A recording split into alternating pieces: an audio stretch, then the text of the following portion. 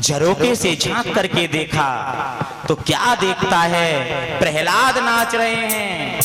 प्रहलाद के साथ विद्यार्थी नाच रहे हैं, गुरुजी नाच रहे हैं, गुरु माता नाच रही हैं, गांव के लोग नाच रहे हैं। सभी लोग मिलकर के नृत्य करते हुए हिरण्यकश्यपु के महल के बाहर कीर्तन कर रहे हैं। ओ तेरी लीला सबसे प्यारी प्यारी, लीला सबसे प्यारी प्यारी, ओ तेरी लीला सबसे प्यारी प्यारी, लीला सबसे प्यारी प्यारी। श्रीमन्नारायण नारायण हरि हरि, नारायण नारायण श्रीमन नारायण नारायण नारायण नारायण हरि हरि। अब तो प्यारे हिरण्यकश्यपु धीरे धीरे उतर करके आया, गुरुजी को पकड़ा, गुरुजी ने हाथ हटा दिया। हिरण्यकश्यपु ने सोचा प्रहलाद को पकड़ना चाहिए, और जैसे ही प्रहलाद को पकड़ा एक थप्पड़ मारा, कीर्तन बंद हो गया। सुखदेव जी ने पूछा भगवान एक बात बताओ, गुरु माता ने स्पर्श किया वो नारायण नाम जाप करने लगी, गुरुजी ने स्पर्श किया वो भी नारायण जाप करने लगे, फिर हिरण्यकश्यपु ने स्पर्श किया तो उसने नारायण नाम जाप क्यों नहीं किया?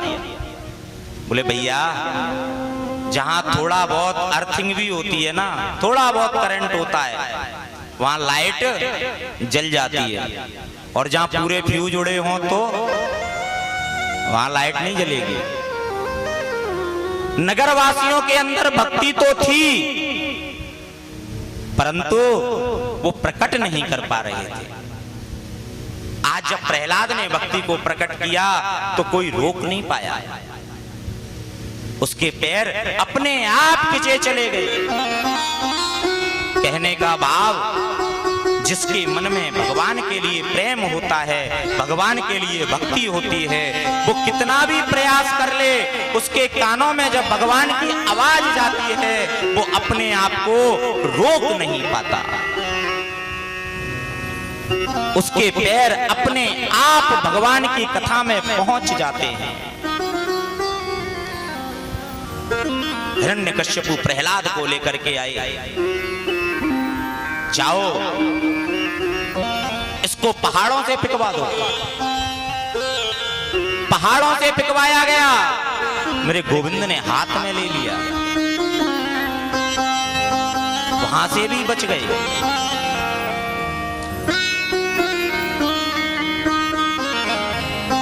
खौलती हुई गरम कढ़ाई में डाला गया, कढ़ाई शीतल हो गई। मदमस्त हाथी के नीचे कुचलवाने का प्रयास किया, हाथी मूर्छित हो गया। हिरण्यकश्यपु ने कहा एक काम करो, इसको कारागृह में बंद कर दो, जब भूखा प्यासा कुछ दिन कारागृह में रहेगा अपने आप मृत्यु को प्राप्त हो जाएगा। कारागृह में बंद कर दिया। मेरे गोविंद आज शाम को भोजन करने बैठे और माता लक्ष्मी भोजन की थाली लाई। भगवान ने पूछा, श्रीये क्या मेरी सृष्टि में कोई भूखा तो नहीं? बोले भगवान सबने भोजन कर लिया, बस एक छोटा सा बालक है वो भूखा बैठा हुआ है, जाओ ये थाली उसको भोजन करा दे। माता लक्ष्मी आज स्वयं प्रहलाद को भोजन करा रही हैं, और सैनिकों ने जाकर के बताया कि कारागृह से चूड़ियों की आवाज आ रही है। हिरण्यकश्यपु ने सोचा कयादू होगी, कयादू के कक्ष में जाकर के देखा कयादू मूर्छित पड़ी है। द्वार खोल करके देखा तो भोजन की थाली रखी हुई है। प्रहलाद ये भोजन की थाली किसने लाके दी? ये भोजन की थाली मेरे नारायण ने लाके दी। अच्छा, तेरा नारायण तुझको भोजन करा रहा है। तुरंत कयादू के पास पहुंचे, कयादू से कहा, कयादू ये दूध है और इस दूध में विष है, जाओ प्रहलाद को पिला दो। अब कयादू फंस गई। एक तरफ तो पुत्र धर्म है और एक तरफ पति धर्म है, किसको निभाया जाए? पतिव्रता धर्म ही श्रेष्ठ है। कयादू ने जहर का गिलास हाथ में लेकर के प्रहलाद के पास पहुंची। प्रहलाद ये दुग्ध है, तुम्हारे पिता ने तुम्हारे लिए भेजा है, इसमें जहर मिला हुआ है। जैसे ही इतना कहा, प्रहलाद ने दूध ले लिया। मां, अब मैं इसका भोग पहले नारायण को लगाऊंगा और जब नारायण इसका भोग लगाएगा तो ये प्रसाद बन जाएगा। कहने का भाव, घर में चाहे कुछ भी बने, उसका भोग पहले ठाकुर जी को लगाओ, क्योंकि जब वो भोग लग जाएगा तो प्रसाद बन जाएगा और उसके सभी दोष समाप्त हो जाएंगे और भगवान को भी पता चल जाएगा कि हमारे घर में क्या है, हम क्या भोजन कर रहे हैं। नारायण का भोग लगाया और भोग लगा करके एक सांस में पूरे दूध को पी गई। कयादू मूर्छित होकर के गिर पड़ी। हिरण्यकश्यपु ने देखा कि जहर भी काम नहीं किया है, दुखी बैठा हुआ है। उसी समय इसकी बहन ढूंढा बुआ आई।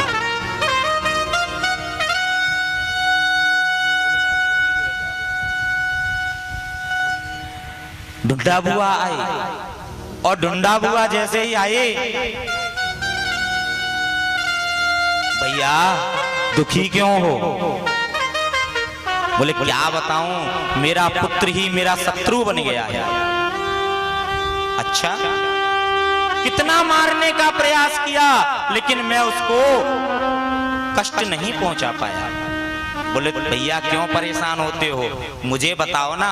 मेरे पास सूर्य की दी हुई एक ऐसी चुंदरी है जिसको ओढ़ करके मैं बैठ जाऊंगी तो अग्नि भी मुझको जला नहीं पाएगी। लकड़ियों का गट्ठर लगाया गया। बुआ बैठ गई। बुआ की गोद में प्रहलाद को बिठा दिया गया और जैसे ही प्रहलाद गोद में बैठे, चारों तरफ से अग्नि लगाई गई।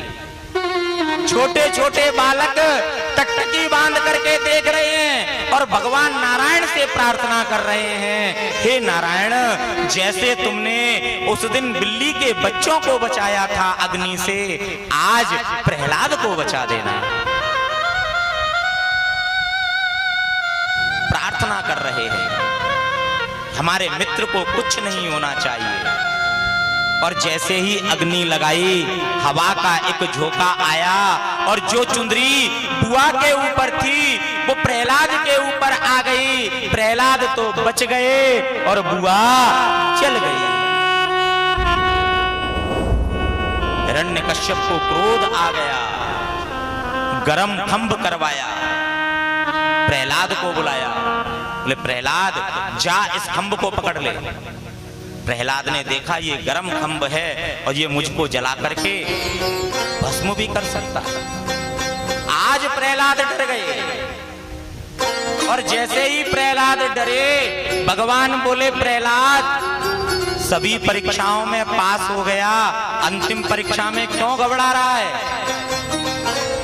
मेरे गोविंद ने चींटी का स्वरूप बनाया और चींटी का स्वरूप बना करके खंभ पर दौड़ना प्रारंभ कर दिया। और जैसे ही प्रहलाद ने खंभ पर चींटी को देखा, देख करके बोल पड़े, जब ये गरम खंभ इस चींटी का कुछ नहीं बिगाड़ पाया तो मेरा क्या बिगाड़ेगा। तुरंत जाकर के गले लगा लिया। और जैसे ही प्रहलाद ने खंभ को पकड़ा, खंभ इतना शीतल हो गया, इतना शीतल हो गया मानो चंदन की लकड़ी। सूत जी महाराज कहते हैं सोन का मुनियों, अब तो क्रोध में आकर के गदा उठा ली और गदा उठा करके बोल पड़े, बता तेरा नारायण कहां है? तू हर बार कहता है ना कि मेरा नारायण मेरी रक्षा कर रहा है। बता तेरा नारायण कहां है? प्रहलाद जी बोले पिताजी, मुझ में तुझ में खड़ग खंभ में सब में राम समाया है। कर लो जगत में प्रेम, जगत में कोई नहीं पराया है। पिताजी मेरा नारायण कहां नहीं है? वो तो सब जगह व्याप्त है। इस सिंहासन में भी है, आपके अंदर भी है, मेरे अंदर भी है, और इस खड़ग में भी है, इस खंभ में भी है। क्या इस खंभ में नारायण है? इस खंभ में नारायण है? बोले हाँ पिताजी, इस खंभ में नारायण है। बोले अच्छा, तो अपने नारायण से बोल दे कि वो सावधान हो जाए, मैं आज उससे युद्ध करूंगा। और गदा उठाई, खंभ पर प्रहार किया, खंभ बीच में से फट गया, नरसिंह प्रकट हो गया।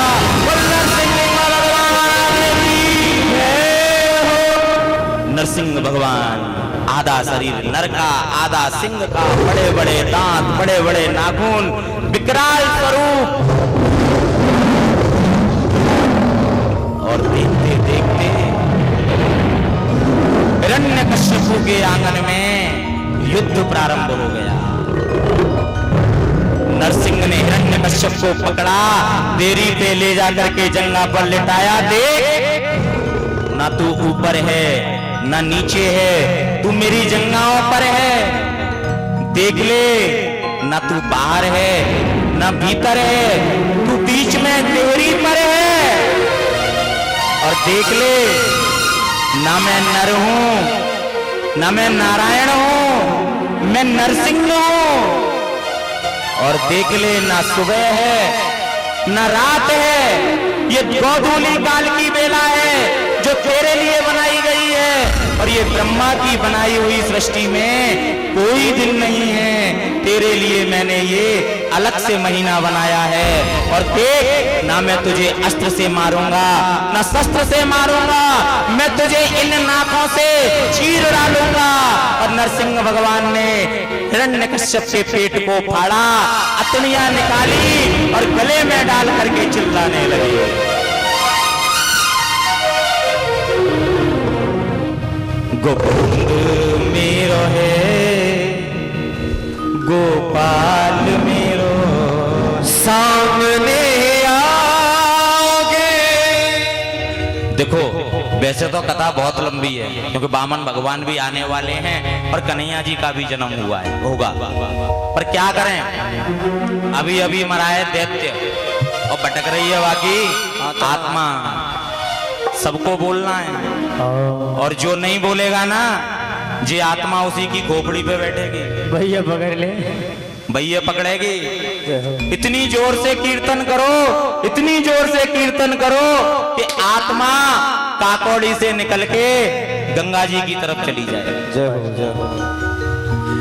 सामने आओगे, आज भी पर्दा होगा, रोज ऐसा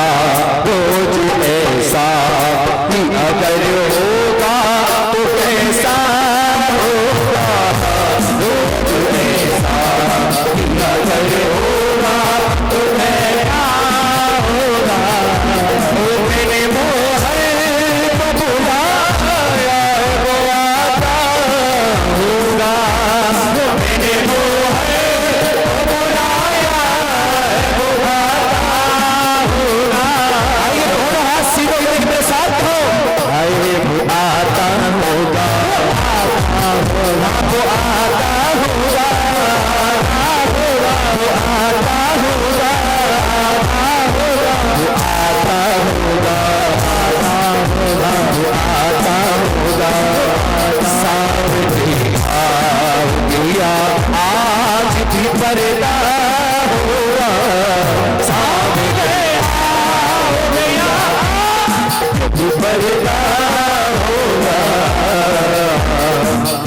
घबराए क्यों बाबुरी, आते होंगे चित शोर, वो छलिया नवल किशोर, चूड़ बड़ी छेल बिहारी, आते ही होंगे श्याम बाबुरी, क्यों घबराए, आते ही होंगे श्याम बाबुरी, आसार की पगड़ी आएंगे,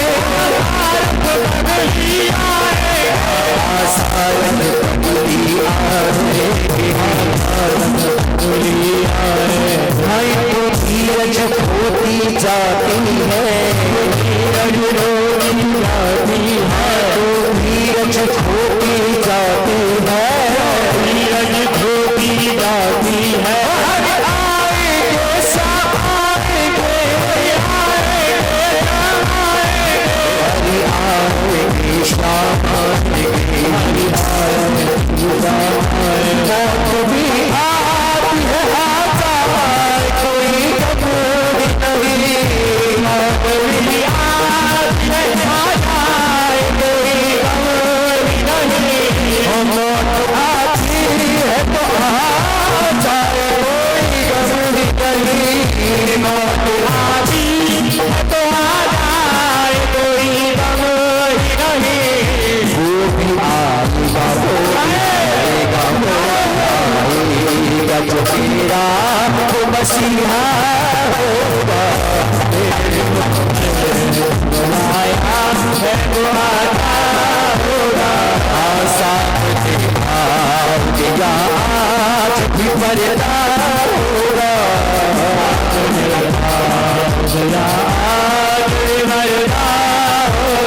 आइए कौन कौन बुलाना चाहता है दिल से, एक बार दोनों हाथ सीधे करके आत्मसमर्पण करना है, मेरे साथ कह दीजिए, आता होगा, वो आता होगा, वो आता होगा, मैंने मोहन को बुलाया है वो आता होगा, मैंने मोहन को बुलाया है वो आता होगा, मैंने मोहन को बुलाया है वो आता होगा, मैंने मोहन को बुलाया है वो आता होगा, वो आता होगा, आता होगा, आता होगा, आता होगा, आता होगा, आता होगा,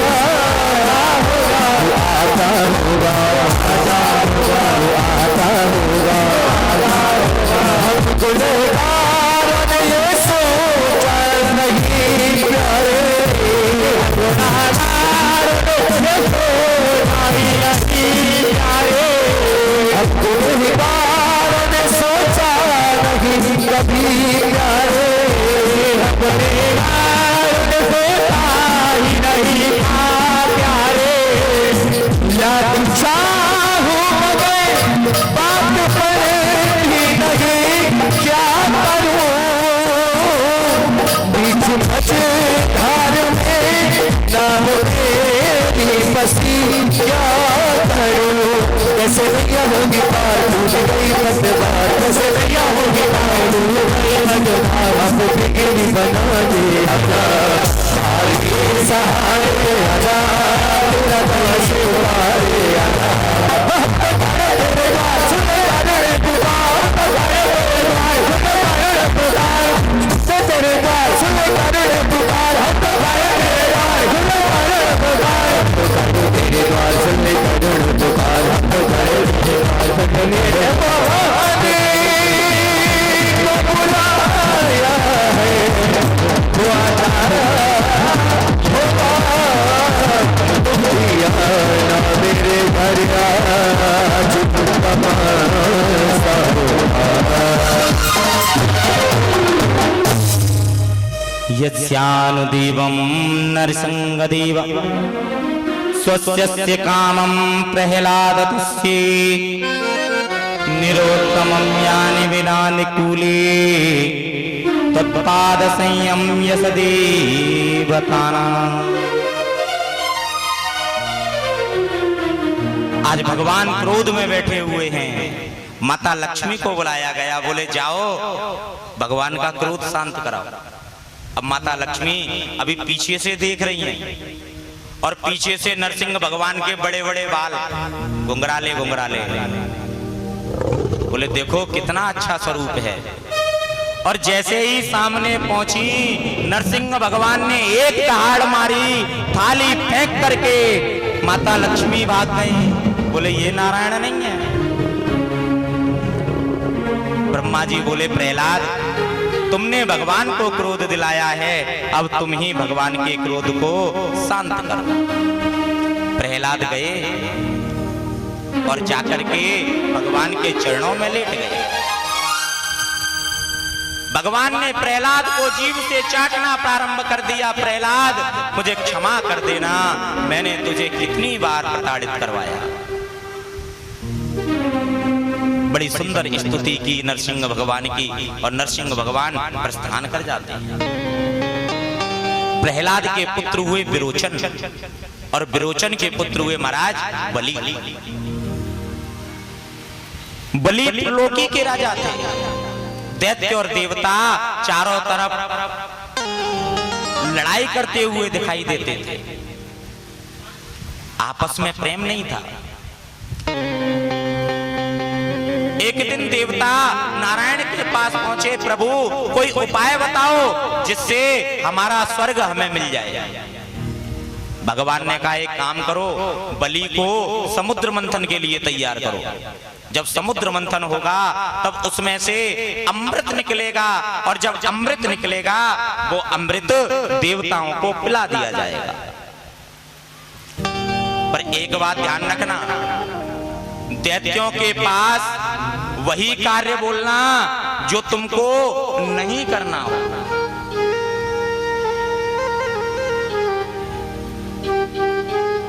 देवता गए बलि के पास। बलि, हम दोनों भाई हैं, आपस में लड़ते हैं, एक काम करें समुद्र मंथन करते हैं, उसमें से अमृत निकलेगा, उसको हम आपस में बांट लेंगे। बोले भैया कैसे करोगे समुद्र मंथन? बोले मंदराचल पर्वत की राई बनाई जाए और बासुकी नाग की रस्सी बनाई जाए। मंदराचल पर्वत को समुद्र में रखा गया और समुद्र में पत्थर नीचे जाने लगा, और जैसे ही भगवान ने देखा मंदराचल डूब रहा है, कच्छप अवतार धारण करके उसको पीठ पर धारण कर लिया। बोल कच्छप भगवान की जय। समुद्र मंथन प्रारंभ हुआ। देवता बोले भैया मुख हम पकड़ेंगे। दैत्य बोले क्यों, हम नहीं पकड़ सकते मुख? देवता बोले हम तो चाह ही रहे थे कि तुम मुख पकड़ो। कोई बात नहीं, तुम मुख पकड़ लो, हम पूंछ पकड़ लेते हैं। देवताओं ने पूंछ पकड़ ली और दैत्यों ने मुख पकड़ लिया। और जैसे ही समुद्र मंथन शुरू हुआ और तो कुछ निकला नहीं, बासुकी नाग के मुंह में से जहर निकल पड़ा, और जहर की गर्मी से दैत्य काले पड़ गए। समुद्र मंथन हो रहा है, कई दिन बीत गए लेकिन कुछ नहीं निकला। दैत्य बोले इसमें कुछ नहीं है, चलो यहां से। भगवान बोले भैया तुमने समुद्र मंथन तो किया लेकिन गणेश जी को भूल गए, इसलिए विघ्न आ रहे हैं। पहले गणेश जी को बुलाओ, उनकी पूजा करो, तब समुद्र मंथन करो। गणेश जी का आवाहन किया, गणेश जी आए और गणेश जी से कहा गया कि इस समुद्र में से जो पहला रत्न निकलेगा वो आपको दिया जाएगा। समुद्र मंथन प्रारंभ हुआ और तो कुछ निकला नहीं, सबसे पहले हलाहल विष निकल आया। देवता और दैत्य गणेश जी के पास पहुंचे, महाराज ये लो विष पियो। गणेश जी बोले भैया मैं तो लड्डू का भोग लगाता हूँ, दूर्वा का रस पीता हूँ, ये मेरे बस की नहीं है। बोले हमने तो संकल्प कर लिया है, जो पहला रत्न निकलेगा वो आपको दिया जाएगा, अब या तो आप लो या अपने बाप को दो। गणेश जी बोले हम तो नहीं पिएंगे, लेकिन हमारे पिताजी विष पीने में महारत हासिल है, उन्हीं को बुला लो। भोलेनाथ आए, भोलेनाथ को विष दिया गया। भोलेनाथ ने विष को पिया और कंठ में धारण कर लिया, क्योंकि भोलेनाथ के हृदय में राम बैठे हुए हैं। और यदि विष हृदय में उतरता तो राम को भी भोग लगाना पड़ता, इसलिए भोलेनाथ ने कंठ में धारण कर लिया। और जैसे ही कंठ में धारण किया, कंठ नीला पड़ गया। बोले नीलकंठ भगवान की जय। समुद्र मंथन आगे चला, कामधेनु गाय निकली, ऋषियों को दे दी गई। कौस्तुभ मणि निकली, भगवान विष्णु को दे दी गई। पारिजात वृक्ष निकला, स्वर्ग में लगा दिया गया। ऐरावत हाथी निकला, बलि को दे दिया गया, इंद्र को दे दिया गया। और इस बार दैत्य बोले भैया अब जो भी निकलेगा वो हम लेंगे।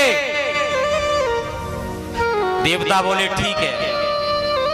और इस बार जैसे ही समुद्र मंथन हुआ, कन्यायाम कमल लोचना, कमल के समान नेत्र वाली मदिरा देवी निकल पड़ी।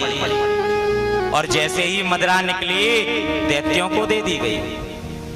उच्च स्त्रवा घोड़ा निकला, बलि को दे दिया गया।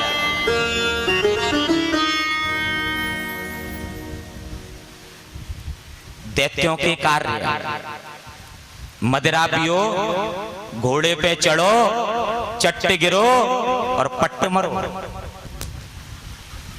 देवताओं के काम नहीं है, देवताओं का काम मदिरा पान करना नहीं है, ये तो दैत्यों के काम है। मदिरा पियो, गाड़ी पे चढ़ो और कहीं भी ठुको और कभी भी मरो, चट्ट भी और पट्ट मर जाओ। देवता तो अमृत पीते हैं।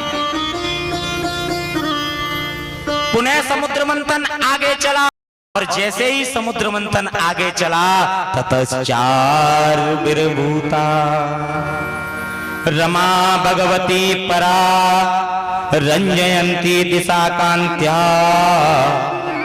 विद्युत सौदामणि यथा।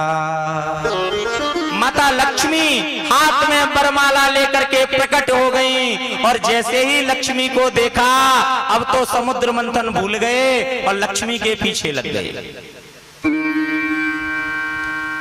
हमें वरमाला पहना दे, हमें वरमाला पहनाए, हमें वरमाला पहनाए। सब अपनी अपनी गर्दन आगे बढ़ा रहे हैं, लेकिन नारायण एक कोने में टेढ़ी टांग करके चुपचाप खड़े हुए हैं।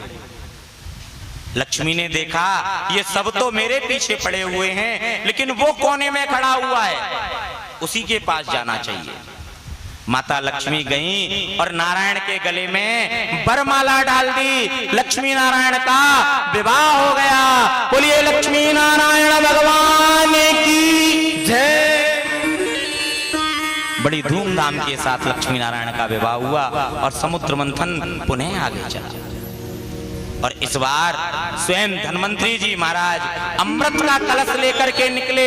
और जैसे ही अमृत का कलश आया, अब तो प्यारे समुद्र मंथन छोड़ करके अमृत के पीछे भाग गए। छीना झपटी होने लगी।